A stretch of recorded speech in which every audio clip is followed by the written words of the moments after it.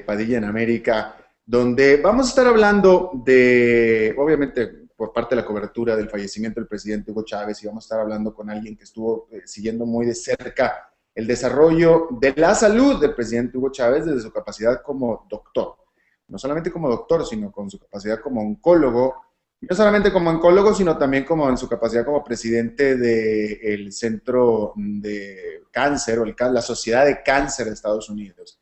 Él es un latino, el primer latino que preside la Sociedad de Cáncer de Estados Unidos, que es el doctor Elmer Huerta, muy conocido en los medios de comunicación porque aparte se le da muy bien el asunto de la comunicación. Doctor Elmer Huerta, desde el Hospital Washington, ¿cómo estás? Bien, gracias Alberto, muy buenas tardes, qué gusto de saludarte. Igualmente, muchas gracias por tu tiempo. Sabemos que eres súper apretado. Yo te admiro mucho porque tienes un día tremendísimamente apretado, pero siempre tienes tiempo de platicar con nosotros. Te lo agradezco mucho. Gracias. A ver, doctor, tú acabas de escribir en tu blog, escribiste tú varias veces en tu blog sobre el estado de salud de lo que tú podías conocer en tu capacidad como oncólogo. No digas tu edad, pero ¿cuántos años llevas siendo oncólogo, mi querido Elmer? Ya llevo casi 30 años de ser oncólogo, Alberto. O sea, que sabes más o menos de lo que hablas cuando hablas de cáncer, mi querido Elmer. Primero que nada, yo creo que lo primero que te voy a preguntar es, en tu último blog, que fue ayer, fue el mismo día que falleció Hugo Chávez, bueno, de hecho fue hoy en la mañana, pero también el anterior, tanto en la... Tú te referiste tanto a la decisión de llevar a Chávez en diciembre a La Habana, como también ahora, pues, a raíz de su muerte. Y tú no lo dices con estas palabras, Elmer, pero me parece a mí claro que tú sugieres que hubo algunos procedimientos que al menos tú no hubieras indicado a ese paciente.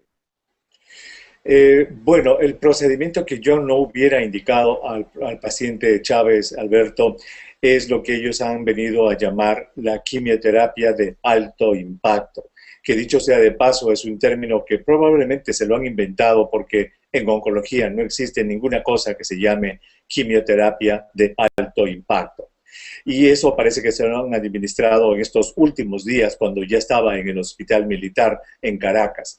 Y la razón por la que digo esto, Alberto, es porque en el post que escribimos hace 2 semanas cuando él llegó de La Habana a Caracas y mostraron esas fotografías que para mucha gente son trucadas, pero que muestran el rostro de un enfermo muy, muy enfermo, y eso te lo digo en mi calidad de oncólogo, yo ya lo veía muy mal. Lo veía de que su pronóstico era bastante malo y en condiciones de tener a un paciente que ya viene desahuciado, que viene muy mal, ¿verdad? Y que le den quimioterapia, pues ese definitivamente es un procedimiento que yo no hubiera hecho. No tiene ningún objeto darle quimioterapia ni de alto impacto, como ellos han venido a llamarlo, o de bajo impacto o de ningún tipo en un paciente que está realmente muy grave.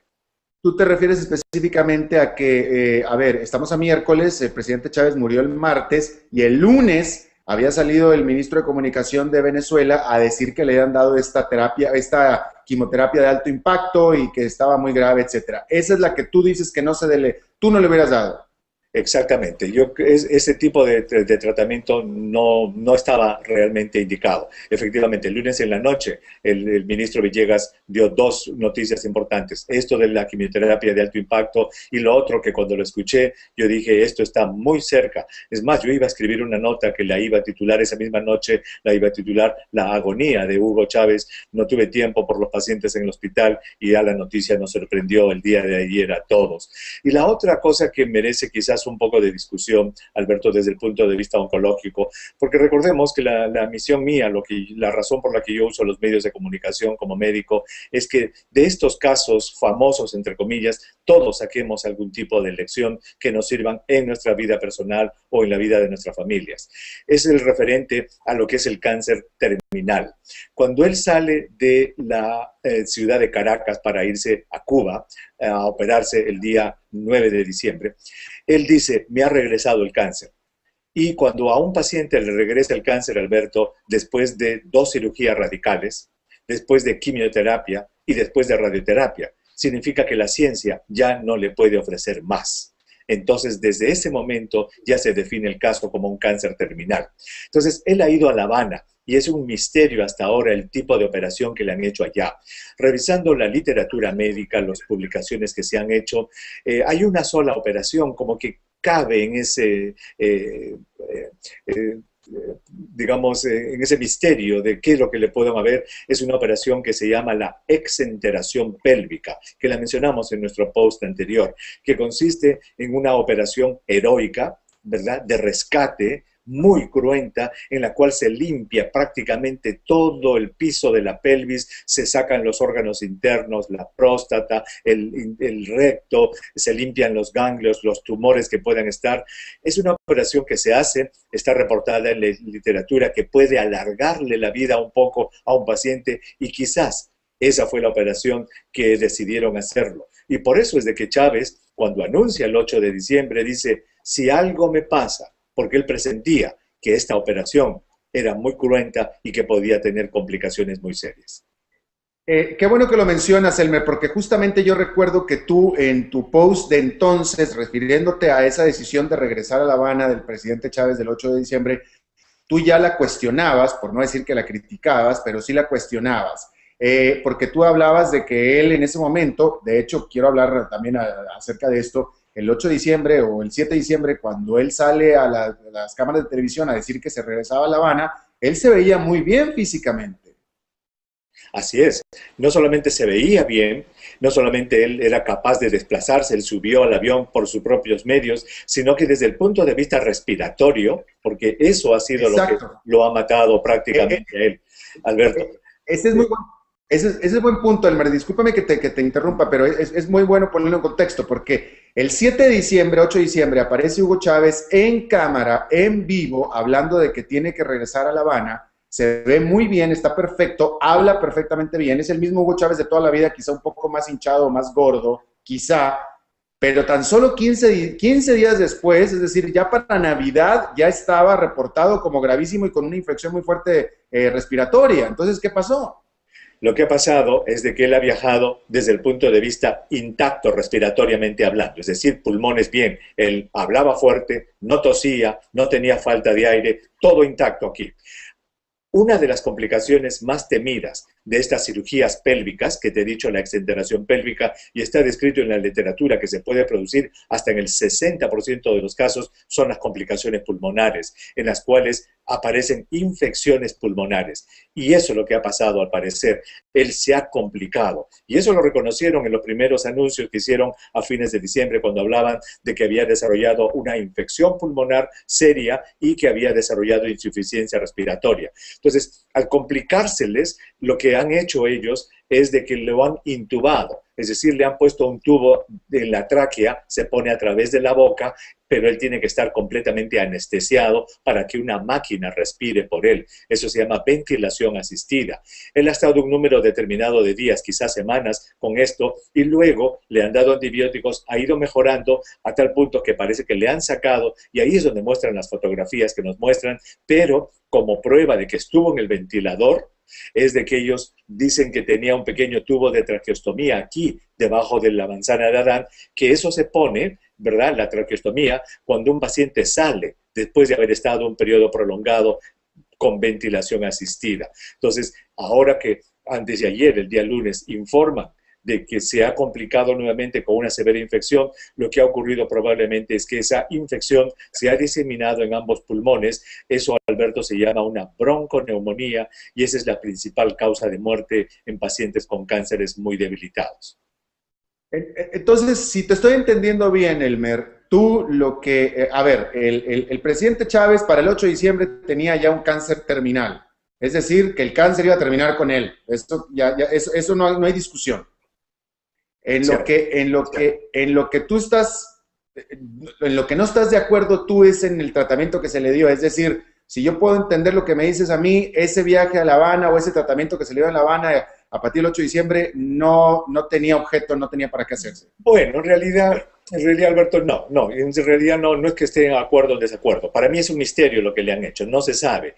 Y yo asumo que ellos han jugado la última carta que les quedaba, que era una cirugía de rescate que se llama exenteración pélvica.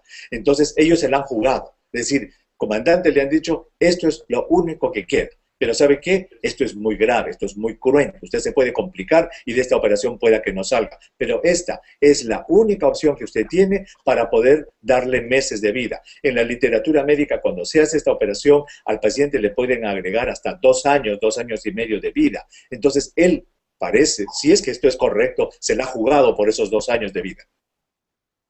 Ahora, por lo que estás diciendo, ok, si todo sale bien, se le puede haber agregado 2 años de vida, pero si hubiera salido mal, se le reducía la vida. Exactamente, y eso es lo que hemos visto, ¿verdad? Porque solamente 2 meses después de esa operación es de que el paciente Chávez ha fallecido. ¿Cuánto tiempo hubiera durado si no le hubiera hecho nada? Pues eso es imposible de predecir, Alberto.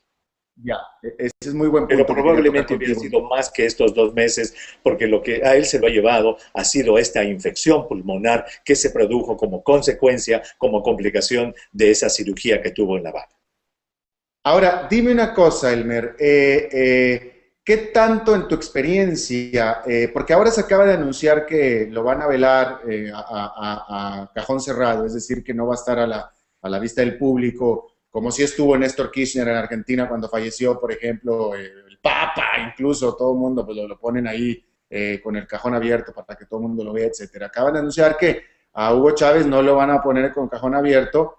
Yo vaya, no leí que dijeran las razones de esto, pero yo quiero pensar que ha de ser porque el cuerpo quedó muy deteriorado, que no es el Hugo Chávez que nosotros conocíamos, pero yo te pregunto, si el 8 de diciembre, hace apenas 3 meses, estaba tan bien, tan grande, tan sano, tan lleno, tan bueno, ¿es posible, de acuerdo a tu experiencia, que en 3 meses se deteriore tanto como para evitar incluso que lo vea la gente? Claro que sí.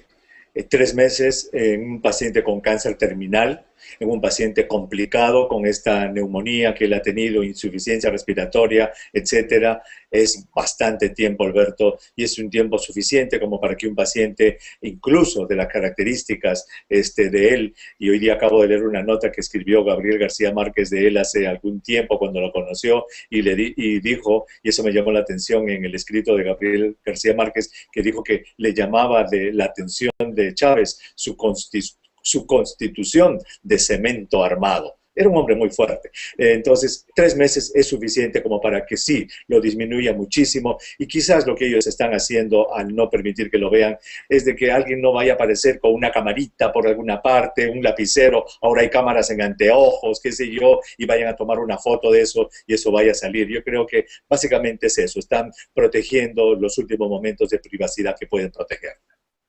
Claro, ahora, las últimas fotografías de Hugo Chávez que se dio en su cama en La Habana cuando estaba con sus hijas, que son de mediados de febrero, es decir, hace menos de un mes, efectivamente tiene un semblante enfermo, pero él se ve, la cara se le ve igual de llena que siempre, la cara de redonda desde mi punto de vista, el semblante se le ve enfermo. Eso me hace indicar que no se veía tan deteriorado desde mi punto de vista. Exacto. Ahora, en 2 semanas pueda que se haya deteriorado un poco más, pueda que haya bajado un poco más de peso. Es probable. La verdad es que es difícil de decir, pero en esas fotografías, Alberto, él ya se veía bastante, bastante enfermo. Ahora, Elmer, voy a entrar a este terreno que pareciera como de fábula, que pareciera como de chiste, como de sorna, pero no lo es porque justamente las propias autoridades de Venezuela han otorgado el terreno para hablar de esto y me parece que tenemos que hacerlo. Incluso tú te refieres en tu blog al respecto. Y que es estas declaraciones que primero adelantar a Hugo Chávez en vida cuando recién tenía cáncer, de que decía, bueno, quién sabe, dentro de 50 años a lo mejor vamos a descubrir que mi cáncer fue provocado por enemigos de Venezuela, concretamente por Estados Unidos. Y ahora el presidente, ya el presidente Maduro, justamente un par de horas antes de que anunciara la muerte de Hugo Chávez, decía que incluso él tenía pistas que le llevaban a asegurar que efectivamente Estados Unidos le habría causado de manera deliberada el cáncer al presidente Hugo Chávez y que iba a incluso investigar al respecto. Yo como comunicador me parece francamente un disparate, pero bueno, yo prefiero la opinión de un médico. ¿Es posible? Tú estás en Washington, ¿tú has visto algo parecido por ahí? No existe tal cosa. Mira, él ha hablado de que le han causado el cáncer, ¿verdad? Y por ahí alguien interpretó esto como inoculación. Son dos cosas diferentes. Quizás desde el punto de vista científico habría que pensar en dos cosas, dos escenarios, Alberto. Uno, ¿verdad? Es de que alguien de alguna manera subrepticia, le haya introducido al cuerpo de él células cancerosas para plantarle, digamos, un cáncer, ¿verdad? Eso entra en la imaginación, que alguien le ha dado o lo ha inyectado, pasó cerca de él y lo hincó, qué sé yo, todas estas interpretaciones. Si eso hubiera sucedido, pues el cuerpo, increíblemente, Alberto, se da cuenta que esas células cancerosas que le están introduciendo, porque esto es hecho en animales, ¿eh?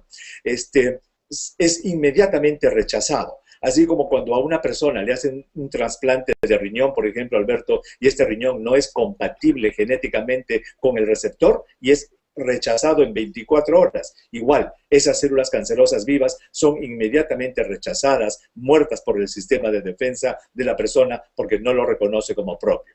Entonces, esta primera teoría de la inoculación de un cáncer cae completamente porque eso biológicamente no es algo plausible. La otra, el otro escenario, es de que, lo han dicho también y lo dice la gente, es de que lo han envenenado, que le han dado un químico X y por tiempo y ese químico X es el que le ha causado el cáncer. Pues mira, existen químicos, la Organización Mundial de la Salud, a través de su brazo, que es la IARC, que es el Instituto de Investigación del Cáncer en Francia, tiene una lista de 168 elementos químicos que se sabe que causan cáncer. El elemento común en estos 168 elementos, Alberto, es de que necesitan un periodo de latencia muy largo para que causen cáncer. Eso se mide en décadas. Entonces son 10, 15 o 20 años de exposición a una dosis constante de este producto el que ocasiona la enfermedad. De tal modo que a él, pues si lo hubieran tenido que estar envenenando desde hace 20 o 30 años, lo cual también cae un poco fuera, ¿verdad? Pero yo quisiera ir más allá. Yo como peruano, y muchísimos televidentes en este momento estarán pensando en sus propios países, todos hemos vivido lo que se llama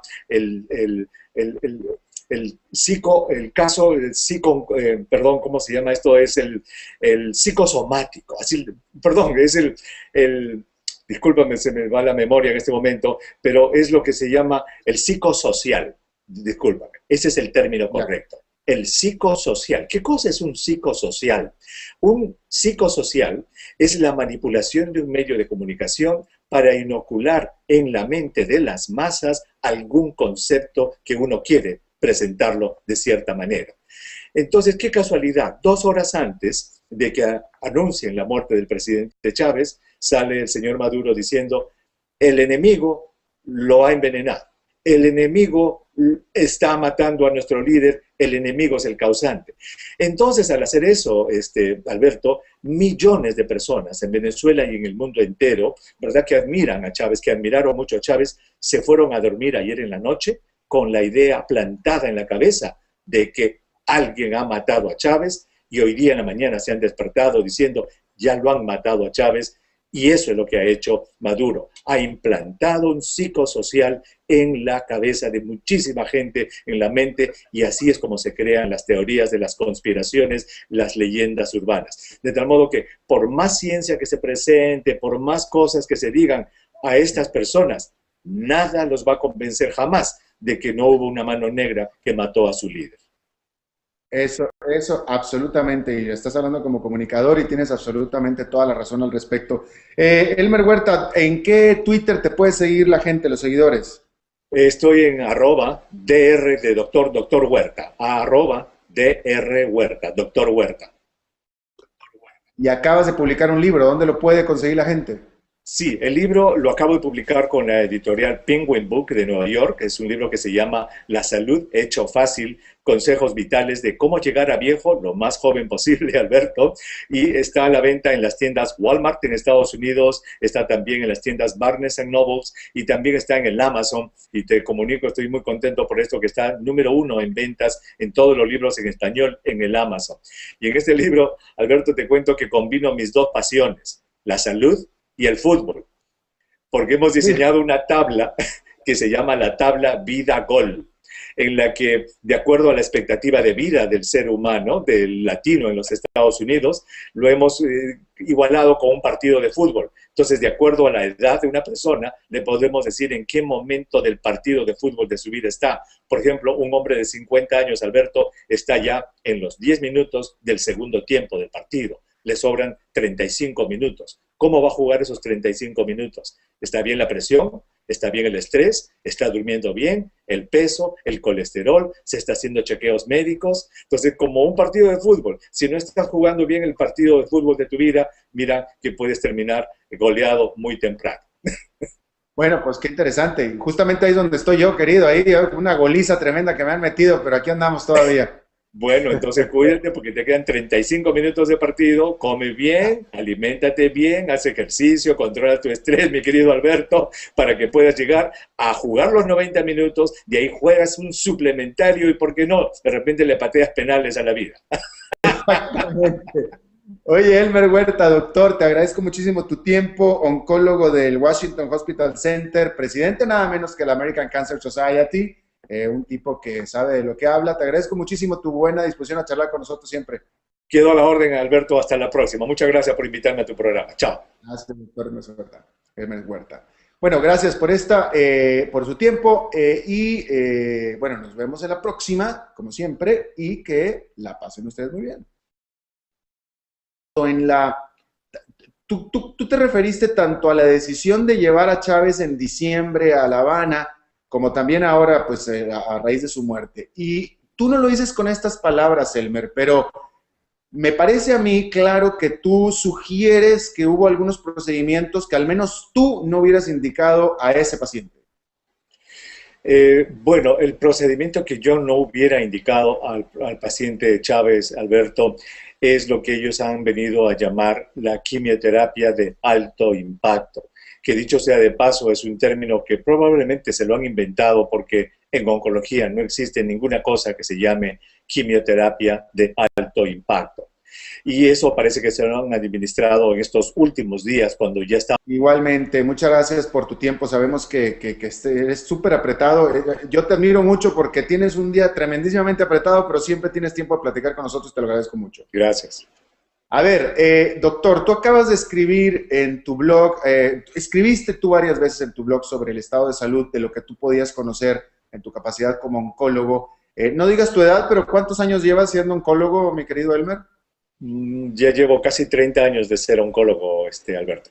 O sea que sabes más o menos de lo que hablas cuando hablas de cáncer, mi querido Elmer. Primero que nada, yo creo que lo primero que te voy a preguntar es, en tu último blog, que fue ayer, fue el mismo día que falleció Hugo Chávez, bueno, de hecho fue hoy en la mañana, pero también el anterior, tanto... Muy grave. Tú te refieres específicamente a que, a ver, estamos a miércoles, el presidente Chávez murió el martes y el lunes había salido el ministro de Comunicación de Venezuela a decir que le habían dado esta quimioterapia de alto impacto y que estaba muy grave, etcétera. Esa es la que tú dices que tú no le hubieras dado. Exactamente, ese tipo de tratamiento no estaba realmente indicado. Efectivamente, el lunes en la noche el ministro Villegas dio dos noticias importantes, esto de la quimioterapia de alto impacto y lo otro que cuando lo escuché yo dije esto está muy cerca. Es más, yo iba a escribir una nota que la iba a titular esa misma noche, la iba a titular La agonía de Hugo Chávez. No tuve tiempo por los pacientes en el hospital y ya la noticia nos sorprendió el día. De Padilla en América, donde vamos a estar hablando de, obviamente, por parte de la cobertura del fallecimiento del presidente Hugo Chávez, y vamos a estar hablando con alguien que estuvo siguiendo muy de cerca el desarrollo de la salud del presidente Hugo Chávez desde su capacidad como doctor.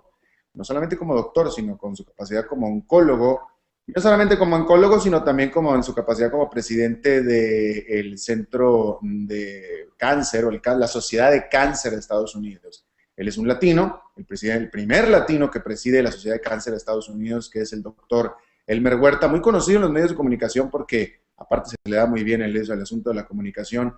Doctor Elmer Huerta, desde el Hospital Washington, ¿cómo estás? Bien, gracias Alberto, muy buenas tardes, qué gusto de saludarte.